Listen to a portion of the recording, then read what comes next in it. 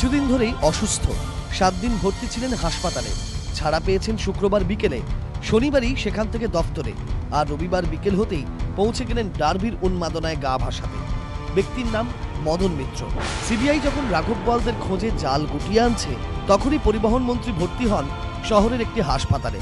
তবে সেই হাসপাতাল থেকে পরিবহন মন্ত্রীর ছাড়া পাওয়া নিয়েও এখন তৈরি হয়েছে বিতর্ক।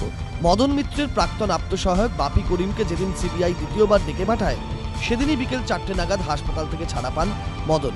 কিন্তু হাসপাতালের একটি সূত্র বলছে, চিকিৎসকরা বেলা 12টা নাগাদ পরিবহন মন্ত্রীকে ডিসচার্জ করে দেন। কিছু নিয়মকানুন সেরে বেরোতে আরও ঘণ্টাখানেক দেরি হতে পারে। কিন্তু বিকেল 4টে কেন? হাসপাতালের একটি সূত্র মারফত খবর, চিকিৎসকরা ডিসচার্জ করলেও পরিবহন মন্ত্রী নাকি বাড়ি যেতে রাজিই ছিলেন না। চিকিৎসকরা যেখানে বলছিলেন মদন মিত্রর হাসপাতালে থাকার দরকার নেই, সেখানে খোদ পরিবহন মন্ত্রী ছাড়া পাওয়ার ব্যাপারে বেঁকে বসেন। সেই নিয়ে চিকিৎসকদের সঙ্গে মনোমালিন্যও হয় তাঁর।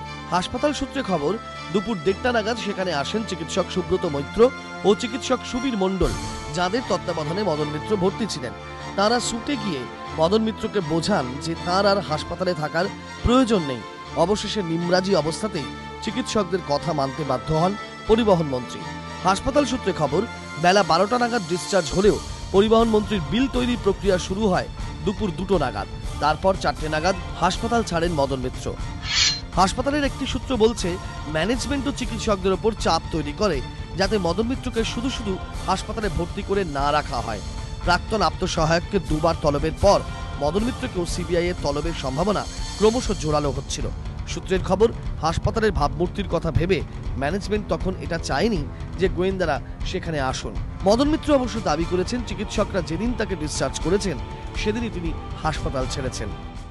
কোনো ফেভার কোথাও নিইনি, এবং আমাকে যখন ডাক্তার ছুটি দিয়েছে আমি তখনই ছুটি নিয়ে বেরিয়ে এসেছি। সবটাই আইন অনুযায়ী, নিয়ম অনুযায়ী হয়েছে। চিকিৎসক বা হাসপাতাল কর্তৃপক্ষ সরকারিভাবে মনোমালিন্যের কথা মানতে চায়নি।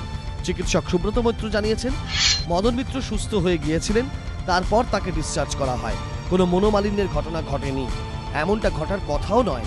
তিনি যেতে চাননি এমনটা জানা নেই, বরং নিজেকে সুস্থ বোধ করার আগেই তিনি বাড়ি ফেরার ইচ্ছে প্রকাশ করেন। নার্সিংহোমের সিইও প্রদীপ ট্যান্ডনের দাবি, কোনো রোগীর ভর্তি বা ডিসচার্জের ব্যাপারে কর্তৃপক্ষ নাক গলায় না। চিকিৎসকরা এই বিষয়টি পুরোপুরি চিকিৎসকদের উপর নির্ভরশীল। কর্তৃপক্ষের কাজ শুধু পরিষেবা দেওয়া। এরকম মনোমালিন্যের কথা জানা নেই, বরং মদন মিত্র যখন এসেছিলেন তখন তিনি সত্যিই অসুস্থ ছিলেন।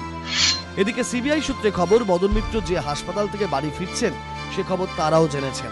মদন মিত্রর প্রাক্তন আত্মসহায়ক বাপি করিমের কাছ থেকে পাওয়া তথ্য যাচাই করতে সিবিআই মনে করছে পরিবহন মন্ত্রীকে জিজ্ঞাসাবাদ করা প্রয়োজন। তাই তিনি হাসপাতাল থেকে বেরিয়ে আসায় এবার তাকে ডেকে পাঠাতে কোনো সমস্যা হবে না বলে মনে করছেন গোয়েন্দারা। নিমাই পান্ডা, এবিপি আনন্দ, কলকাতা।